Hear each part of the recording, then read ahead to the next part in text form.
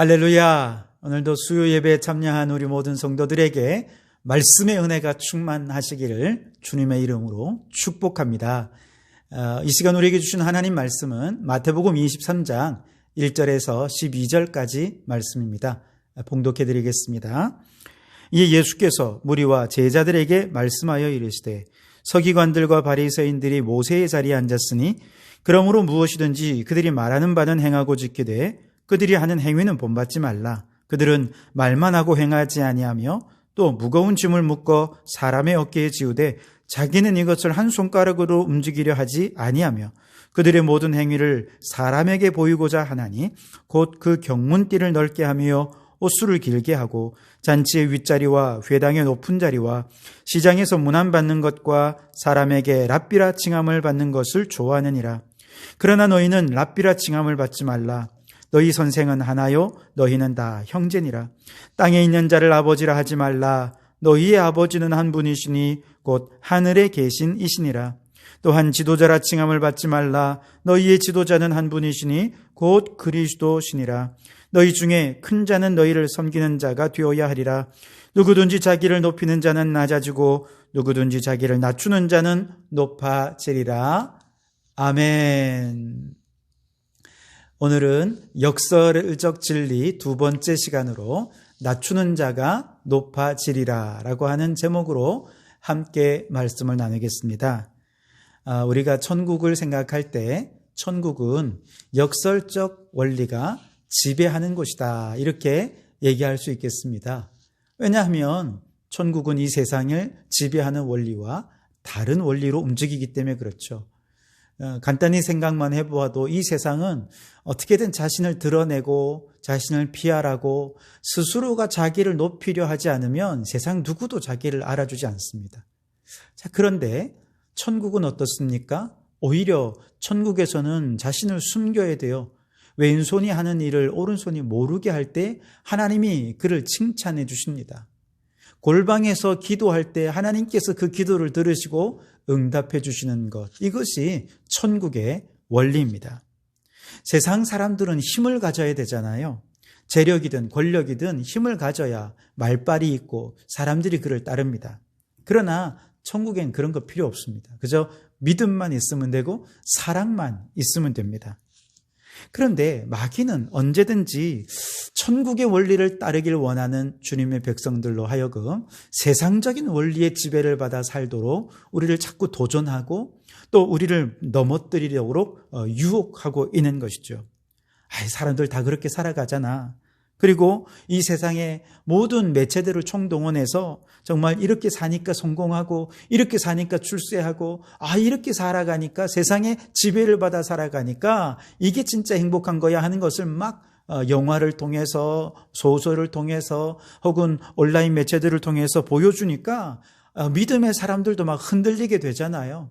그래서 특별히 젊은이들은 그걸 보면서 나도 행복해지려면 세상의 원리의 지배를 받아 살아야 되는구나 그렇게 생각하면서 하나님을 떠나는 그런 일들이 너무 많지 않습니까?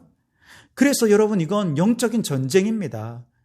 우리가 이렇게 역설의 원리에 대해서 함께 공부를 하는 이유는 바로 이런 역설의 원리가 천국의 원리고 이 천국의 원리와 세상의 원리가 서로 충돌하는 영적 전쟁이 바로 이곳에 있기 때문에 그렇습니다. 그래서 우리가 이 말씀을 잘 읽고 공부하면서 하나님 나라 백성으로서 하나님의 나라의 원리를 따라서 그렇게 지배를 받아 살아가는 영적 승리자가 되어서 진정한 인생의 승리자가 될 수 있어야 하겠습니다. 오늘도 우리 말씀 잘 배워서 이 말씀대로 순종하며 살아가서 우리 모든 성도들 마귀에게 지지 말고 천국의 원리를 따라 승리자로 살아가는 우리 성도들이 되실 수 있기를 바랍니다.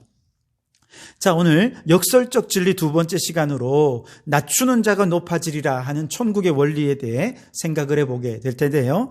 예수님께서 오늘 이 12절에 결론적으로 주신 말씀인데 앞부분을 보면 이 결론이 왜 나왔느냐, 바리새인과 서기관들을 책망하다가 이런 결론에 이르게 되었다는 것이죠. 자, 그래서 오늘 이 말씀을 좀 더 재미나게 살피면서 이 말씀 속에서 주님께서 낮아져야 한다 하는 이 말이 어떤 의미로 우리에게 주셨는지를 생각해 보면서 천국 백성의 삶의 원리들을 함께 배워가는 시간이 되길 원합니다. 우선 오늘 말씀에서 예수님께서 낮아져라 라고 말씀하실 때 이 말씀은 말씀 아래로 내려간다 하는 의미가 있습니다. 2절, 3절에 보시면, 2절에 보시면 서기관들과 바리새인들이 모세의 자리에 앉았으니 그렇게 말씀을 하시죠. 자, 여기서 예수님께서는 서기관들과 바리새인들이 모세의 자리에 앉아 있는 것을 책망하시는데요. 여기서 모세의 자리라고 하면 회당에서 서기관들이 율법을 가르칠 때 앉았던 자리를 의미합니다.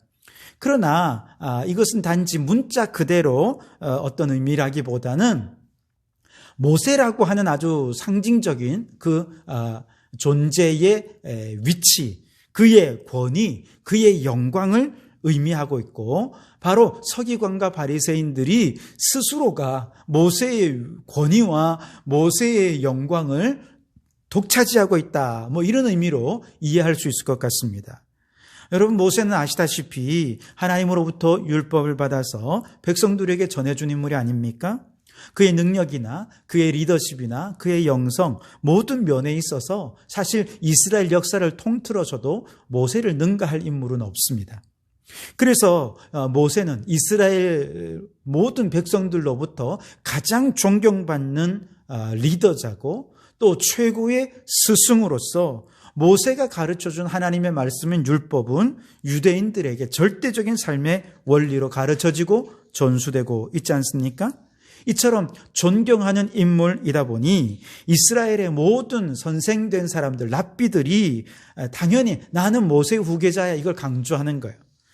이제 랍비들도 여러 문파가 있고 문파마다 모세의 율법을 해석하는 다양한 해석들이 있습니다. 그런데 자기들의 해석이 모세의 그 율법을 올바로 해석하는 정통적인 해석이야 하면서 내가 모세의 후계자다 이런 이야기를 하면서 스스로를 이제 드러내고 있는 것이죠. 여기까지는 그럴 수 있어요. 그런데 문제는 이렇게 모세의 율법을 해석하고 가르치면서 스스로를 높이는 데는 열심히 있지만 정작 자신들이 그렇게 해석하고 가르치는 그 말씀을 따라 책임 있는 삶을 살아내지는 못하더라는 거예요. 그래서 오늘 3절 말씀에 보면 그러므로 무엇이든지 그들이 말하는 바는 행하고 지키되 그들이 하는 행위는 본받지 말라. 그들은 말만 하고 행하지 아니하며 그렇게 말씀을 하시죠. 즉 율법을 잘 이해했습니다. 해석했습니다. 그래서 잘 가르쳤어요. 그런데 거기까지라는 거예요. 가르친 대로 살아내지 않더라는 거예요. 여러분, 가르친 대로 살아내지 않으면 어떤 문제가 생기느냐? 어느 순간 그들이 말씀 위에 군림하는 자가 되더라는 거예요. 반면에 말씀대로 가르친 대로 살아간다는 것은 말씀 아래로 겸손히 자신을 낮춘다는 의미가 있습니다. 그래서 여기서 우리는 주님께서 말씀하시는 낮아짐의 첫 번째 의미를 생각해 볼 수 있는데요. 주님께서 말씀하시는 낮아져라 하는 말씀의 의미는 말씀 위에 군림하는 자가 되지 말고 말씀 아래로 자신을 낮추어서 말씀에 순종하는 자가 되라라는 의미가 있는 것이죠. 우리 하나님은 어떤 분이십니까? 말씀하시는 하나님이십니다. 그러나 말씀만 하시는 것이 끝이 아니라 말씀하신 대로 행하시는 하나님이십니다. 말씀하신 것은 반드시 지키시는 하나님이십니다. 민수기 23장 19절 말씀에 하나님은 사람이 아니시니 거짓말을 하지 않으시고 인생이 아니시니 후회가 없으시도다. 어찌 그 말씀하신 바를 행하지 않으시며 하신 말씀을 실행하지 않으시랴. 그렇게 말씀을 하십니다. 열왕기상 8장 24절에 주께서 주의 종 내 아버지 다윗에게 하신 말씀을 지키사 주의 입으로 말씀하신 것을 손으로 이루심이 오늘과 같으니이다. 그렇게 말씀을 하시죠. 열왕기하 10장 10절에도 그런즉 이제 너희는 알라 곧 여호와께서 아합의 집에 대하여 하신 말씀은 하나도 땅에 떨어지지 아니하리라. 여호와께서 그의 종 엘리야를 통하여 하신 말씀을 이제 이루셨도다 하니라. 무슨 말씀입니까? 하나님께서 친히 말씀하시고 그렇게 선지자들을 통해서 하신 말씀들, 하나님의 친히 하신 모든 말씀들은 반드시 지키시기 위해서 하나님 스스로가 스스로 하신 말씀 아래로 낮추셔서 그 말씀에 순종하셨다는 것이죠. 여러분, 이렇게 하나님께서 스스로 말씀하시고 말씀하신 것에 대하여 스스로 낮아지셔서 그대로 복종하시고 순종하신 가장 핵심적인 사건이 무엇입니까? 바로 예수 그리스도이시죠. 하나님께서 모든 인류 구원을 위한 하나님의 계획들을 구약의 선지자들을 통해서 예언하셨습니다. 말씀하셨습니다. 그리고 그 하신 말씀을 이루시기 위해서 하나님께서 스스로 말씀 아래로 낮아지셔서 이제 인간의 몸을 입고 성육신하여 이 땅에 오셔서 온갖 고난과 고초, 모욕과 순환을 다 당하시면서 십자가를 지셨던 바로 이 위대한 구원의 사건은 하나님이 그 말씀하신 것에 대해 무거운 책임감을 가지시고 말씀 아래로 스스로를 낮추심으로 그 말씀을 이루시는 분이다 하는 것을 우리에게 보여주시는 것이죠. 요한복음 13장 13절 이하에 보면 예수님께서 제자들의 발을 씻기시면서 말씀하시죠. 너희가 나를 선생이라 또는 주라 하니 너희 말이 옳도다. 내가 그러하다. 내가 주와 또는 선생이 되어 너희 발을 씻었으니 너희도 서로 발을 씻어주는 것이 옳으니라. 내가 너희에게 행한 것 같이 너희도 행하게 하려 하여 본을 보였노라. 아멘. 무슨 말씀입니까?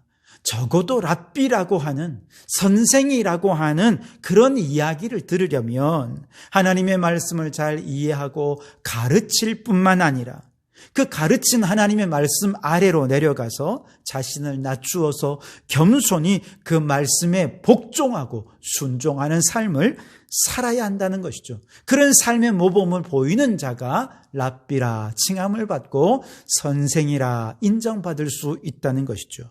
여러분, 낮아진다는 것은 하나님의 말씀 아래로 낮아진다는 의미입니다. 그러므로 말씀 앞에 교만해서 내가 이렇게 말씀을 많이 아는데 그렇게 자랑할 것이 아니라 알고 있는 그 말씀 아래로 이제 자신을 겸손히 낮추어야 됩니다.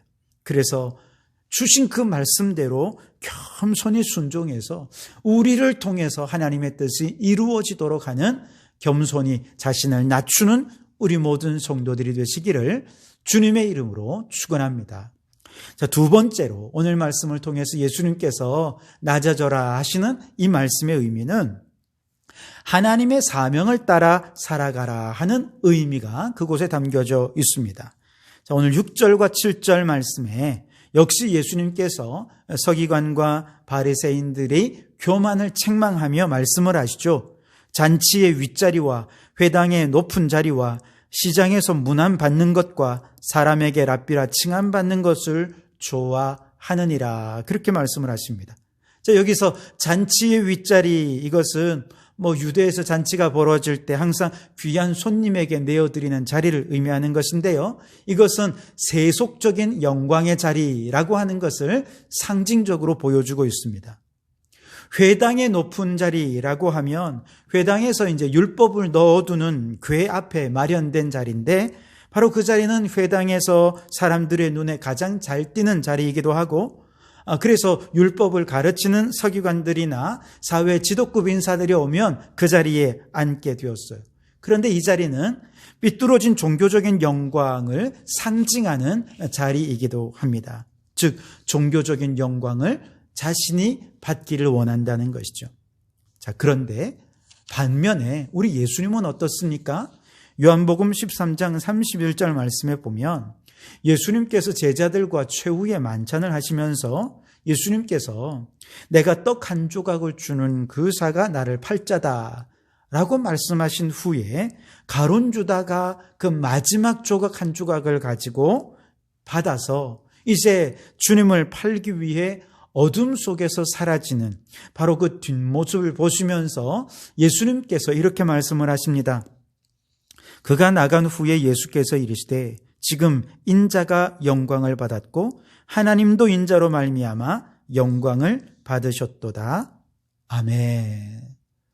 여러분 놀랍지 않습니까? 하나님은 잔치의 윗자리나 회당의 높은 자리에서 영광을 받으시는 분이 아니라는 거예요. 오히려 모든 인류의 죄를 대신 지시고 은 30에 자신을 팔면서 가장 낮은 곳에서, 천한 곳에서 수치를 받으시는 그 십자가에서 비로소 예수님이 영광을 받으시고 그와 더불어 하나님도 영광을 받으시게 되더라는 거예요. 여러분, 그렇다면 바리새인들과 서기관들이 영광을 받으려 했던 세상적인 높은 자리와 예수님이 지셨던 십자가는 무엇이 다를까요? 예수님이 머무신 그 십자가의 자리에는 아버지의 뜻이 있습니다. 아버지의 사명이 그곳에 있어요. 그러나 바리새인들과 서기관들이 높임을 받으려 했던 회당의 높은 자리 혹은 잔치의 높은 자리, 그곳에는 하나님의 뜻과는 아무 상관이 없습니다. 예수님께서는 아버지의 뜻에 순종하셔서 자기를 비워 종의 형체를 가지사 사람들과 같이 되셨습니다. 사람의 모양으로 나타나 자신을 낮추셨습니다. 그것도 모자라 예수님께서는 죽기까지 아버지께 복종하시면서 자신을 낮추십니다. 왜냐? 그렇게 아버지의 뜻이 있고 아버지의 사명이 있기에 예수님께서는 그 사명의 자리로 나아갔더니 그곳이 낮아지는 자리였던 것이죠. 다시 말해 사명을 위해 헌신하는 모든 자리는, 아버지의 뜻이 있다면 그 뜻을 이루기 위해 헌신하는 모든 자리는 바로 그 자리가 낮은 자리라는 것이죠. 그렇게 낮은 곳에서 사명을 감당하고 낮은 곳에서 헌신할 때 하나님께서 그를 지극히 높여주셔서 모든 입으로 예수를 주라 시인하여 하나님 아버지께 영광을 돌리게 하셨습니다. 여기서 우리는 두 번째 낮아짐의 의미를 생각해 봅니다.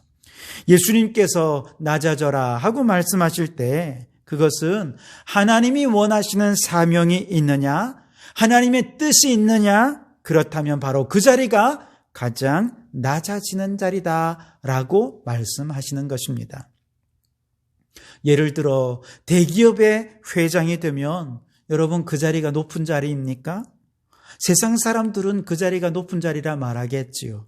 그러나 대기업 회장에 있다 하더라도 그 사람이 그곳에서 아버지의 뜻을 이루기 위해서 하나님께서 그에게 맡겨주신 사명을 위해 충성하고 있다면 그에게는 그 자리가 가장 낮아지는 자리일 것입니다.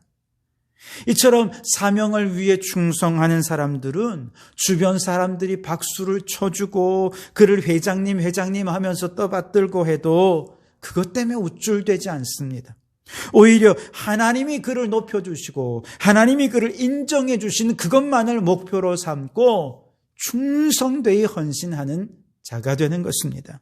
반대로 사명의 길이 십자가의 길이고 고난의 길이고 좁은 길이라 하더라도 이로 인해 그는 좌절하거나 낙심하지 않습니다.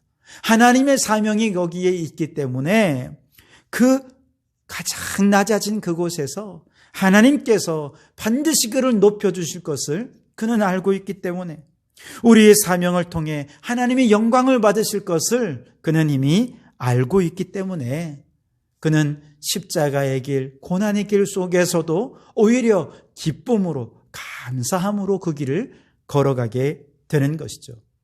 그러므로 여러분, 오늘 여러분은 지금 어떤 자리에 머물러 있습니까? 하나님이 원하시는 하나님의 뜻이 있는 자리입니까? 하나님이 원하시는 사명의 자리입니까? 여러분이 만일 그렇게 사명의 자리에 머물고 계시다면 여러분은 이미 가장 낮은 곳에서 하나님을 위해 충성하는 자가 되고 있을 겁니다. 바리새인들과 서기관들처럼 사람들이 박수 쳐주고 환호해주고 인정해주고 이런 자리를 사모한다면 그 사람들은 금방 낮아질 수밖에 없을 것입니다. 그러나 우리는 그런 세상 사람들의 환호에 반응할 것이 아니라 사명에만 반응하는 자가 되어야 할 것입니다. 혹 사명을 감당하다가 고난도 당하고 수치도 당하고 참 어려운 길에서 너무너무 힘든 그 길을 간다 할지라도 그곳이 사명의 길이기에 하나님이 뜻하시는 길이기에 이 길을 통해서 하나님이 원하시는 하나님의 뜻이 이루어질 수 있음을 우리는 알기에 우리는 기쁨으로 묵묵히 그 길을 걸어가게 되는 것이죠. 여러분, 우리가 그렇게 낮은 길 걸어가면 하나님 결코 가만히 있지 않으십니다. 반드시 우리를 높여주시고 우리를 인정해 주시고 상급으로 채워주실 것입니다. 그러므로 여러분, 이 믿음으로 오늘도 하나님이 원하시는 그 사명의 자리, 가장 낮은 곳에서 헌신함으로 하나님께서 높여주시는 축복을 경험하는 우리 성도들이 되시기를 주님의 이름으로 축복합니다. 그리고 세 번째, 마지막으로 주님께서 낮아져야 한다라고 말씀하실 때 이 말씀은 하나님을 위해 먼저 양보해야 한다 하는 의미가 있습니다. 12절 다시 보시면 누구든지 자기를 높이는 자는 낮아지고 누구든지 자기를 낮추는 자는 높아지리라, 그렇게 말씀을 하시죠. 이 말씀은 높은 자리를 양보하고 언제나 낮은 자리에 머물라 하는 의미일 것입니다. 스스로 높은 자리를 탐하면 낮아지게 되겠지만 높아지는 것을 다른 사람에게 양보하고 스스로 낮은 자리에 머무는 사람, 좋은 것은 다른 사람에게 양보하고 별 볼 일 없는 것을 내가 취하는 사람, 그래서 나보다 남을 낮게 여기는 바로 그 사람, 하나님께서 축복해 주신다는 것이죠. 그런데 여러분, 사실 이 말은 참 듣기는 좋고 하기도 좋지만 실제로 이걸 우리의 삶에 적용하려 할 때 우리는 그런 걱정이 있지요. 한두 번이야 양보도 할 수 있고 손해도 볼 수 있겠다 하지만 매번 그렇게 양보만 하고 이것이 내 삶의 원리가 된다면 우리는 늘 손해만 봐야 되고 그렇게 패배자 인생, 뒤처지는 인생만 살다가 내 인생 끝나는 것 아닌가. 여러분, 그런 걱정이 혹시 있지는 않습니까? 과연 정말 내가 이렇게 양보하고 살면, 손해보고 살면 하나님께서 나를 높여주실 것인가? 여러분, 그런 의심이 우리 안에 있지 않습니까? 그러나 여러분, 안심하십시오. 하나님은 결코 천국의 원리를 따라 살아가는 주의 백성들을 외면하지 않으십니다. 창세기 13장에 보면 아브라함과 조카 롯이 이제 짐승이 많아지고 목초지는 한정이 되어 있어서 목자들 사이에 자주 갈등이 일어나게 되죠. 그래서 어쩔 수 없이 두 사람이 이제 분가하게 되는데, 이때 아브라함이 자신이 삼촌이기 때문에 얼마든지 먼저 선택할 수 있지만 이동할 곳을 조카 롯에게 선택권을 양보하게 되죠. 그 결과 롯은 먼저 땅을 선택하면서 비옥한 소돔 땅의 근방에 아주 좋은 땅을 차지하게 됩니다. 하지만 아브라함은 롯이 차지하고 남은 척박한 땅을 차지할 수밖에 없었죠. 그때 아브라함의 양보는 오늘 우리 그리스도인들의 낮아짐의 삶을 의미하는 것입니다. 그런데 이처럼 우리가 먼저 양보하는 낮아지는 삶을 선택한다면 아브라함은 어떻게 되었습니까? 자신을 낮추어 당연한 권리를 포기함으로써 그는 손해를 보았습니까? 아닙니다. 당장은 손해를 보는 것 같았지만 오히려 아브라함은 동서사방으로 눈에 보이는 모든 땅을, 그가 발로 밟는 모든 땅을 기업으로 얻게 되었습니다. 그리고 더 중요한 것이 있습니다. 그는 복의 근원이 되시는 하나님을 상급으로 얻게 되었다는 사실입니다. 창세기 15장 1절에 보면 이후에 여호와의 말씀이 환상 중에 아브라함에게 임하여 이르시되 아브라함아 두려워하지 말라 나는 내 방패요 너의 지극히 큰 상급이니라. 아멘. 하나님을 상급으로 얻게 되는 축복이 그에게 주어지게 되었다는 것이죠. 창세기 26장 말씀에 보면 이삭도 그랬습니다. 그가 그랄에서 생활을 할 때 장대하고 왕성하여 거부가 되었습니다. 그런데 그것을 블레셋 사람들이 시기를 하고 찾아와서 그가 판 우물을 막아버리고 흙으로 채워버립니다. 그러나 이삭은 그들과 싸우지 않고 조용히 우물을 양보하고 그곳을 떠나서 다른 곳에 우물을 팝니다. 그랬더니 그곳에 와서 또 그곳에 우물을 달라고 내 차지라고 하면서 쫓아보냅니다. 그래서 이번에도 이삭은 양보를 하면서 다른 곳에 또 우물을 팝니다. 그랬더니 또다시 찾아와서 우물을 빼앗고, 그래서 또다시 양보하고 다른 곳에 우물을 팝니다. 이렇게 계속해서 다투지 않고 양보하고 다른 곳에 우물을 팔 때 우물의 샘의 근원을 얻는 모습들을 보면서 이제 블레셋 사람들이 두려워하기 시작합니다. 어느 날 블레셋의 아비멜렉 왕이 찾아와서 말합니다. 여호와께서 너와 함께 하심을 우리가 보았다. 그러면서 하나님이 우리를 혹시 해치지 않을까 두려운 마음이 들어서 서둘러 이삭과 화친을 맺게 되는 정말 대반전의 역사가 일어나게 된 것이죠. 그렇습니다, 여러분. 하나님은 하나님을 위해 양보하고 손해보기를 마다하지 않는 자를 결코 외면하지 않으시고 반드시 그들을 높여주시고 축복해 주시는 줄 믿습니다. 하나님은 하나님을 위해 자신을 낮추는 자를 반드시 높여주시는 하나님이란 사실을 믿으시는 여러분 되시길 바랍니다. 결론적으로 우리 하나님은 한번 약속하신 것은 반드시 지키시는 말씀의 하나님이십니다. 그 하나님께서 우리에게 천국의 원리를 말씀해 주시죠. 너희 자신을 낮추어라. 그러면 하나님께서 너희를 높여 주실 것이다. 여러분, 우리가 이 말씀에 의지해서 이제 천국의 원리를 따라 살아갈 수 있길 바랍니다. 첫째는 말씀 아래로 나 자신을 낮추어서 말씀에 순종하며 말씀에 복종하며 살아가는 나 자신의 삶을 살아가기를 원합니다. 둘째는 하나님이 원하시는 사명의 자리, 그 낮은 곳에서 주님을 위해 충성하는 성도들이 되실 수 있기를 바랍니다. 그리고 마지막으로 하나님을 위해 내가 먼저 양보하고 내가 손해보는 그런 삶을 살아가기를 원합니다. 그러면 하나님께서 반드시 우리를 높여 주실 것입니다. 그렇게 하나님께서 우리를 높여 주시는 그날, 그 모든 영광을 하나님께 올려드리는 감격적인 예배를 드리게 되기를 주님의 이름으로 축원합니다. 기도하시겠습니다. 하나님 아버지, 감사합니다. 역설적인 천국의 원리를 함께 배웁니다. 오늘 특별히 두 번째 시간으로 내가 낮아질 때 하나님께서 우리를 높이시겠다 약속해 주셨습니다. 주님, 이 말씀대로 순종하며 사는 것 쉽지 않으나 이 약속의 말씀을 믿고 확신하며 오늘도 말씀 아래로 내려가 말씀에 복종하는 삶을 살게 해 주옵소서. 사명의 자리로 내려가 하나님의 사명을 위해 충성하게 해 주옵소서. 하나님, 참으로 우리가 있는 모든 삶의 자리에서 먼저 하나님을 위해 양보하고 손해보고 낮아지는 그 자리에 설 때 하나님께서 반드시 우리를 높여 주실 줄 믿습니다. 주님 도와주시고 이 천국의 원리로 살아갈 때에 오직 하나님만이 영광을 받으시는 역사들이 일어나게 해 주시옵소서. 예수님 이름으로 기도하옵나이다. 아멘.